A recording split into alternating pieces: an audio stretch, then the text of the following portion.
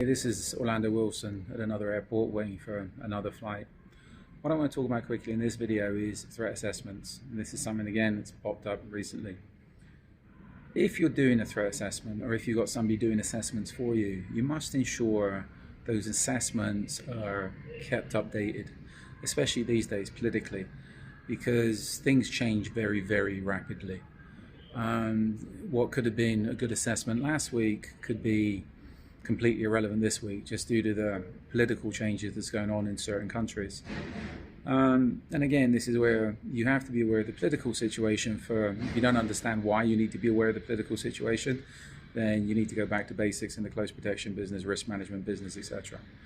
So this is where, if you're doing threat assessments, you need to be constantly monitoring the news, constantly monitoring what's going on in that country, in that area, because things change very, very quickly. These days, and I've been doing this business too long, I keep my assessments to a minimal. I'm at the stage, and I've been for a long time, where I put in British terminology, I can cuff things, I can work things out, I can do things on the move. And if you're serious about the close protection business, risk management business, you have to be able to do that. You have to be able to understand the situation on the ground quickly and adapt to it very, very quickly.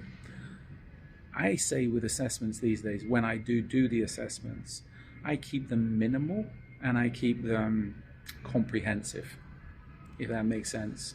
Minimal as I'm hitting on the main points, but those main points cover a lot of options.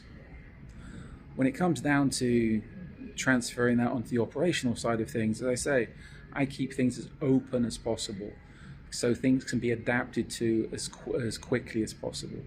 The trouble is with a lot of rigid assessments and rigid procedures is you guarantee if things go bad, everything's going to go bad.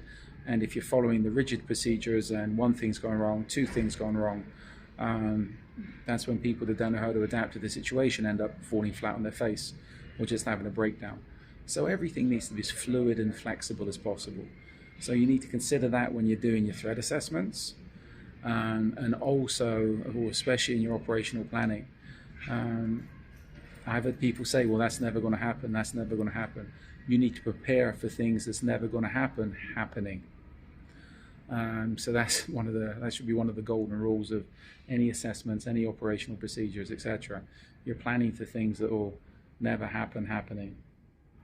Anyway, short video between flights. So I hope that makes sense. Follow me along on social media. We're up on LinkedIn. Follow my books or pick up my books on Amazon. There are quite a few books up there now on an array of different security issues, security topics. And we've got videos up on YouTube. We're mainly on LinkedIn these days because that's the more professional platform we're finding. So be good, stay safe, and stay out of trouble.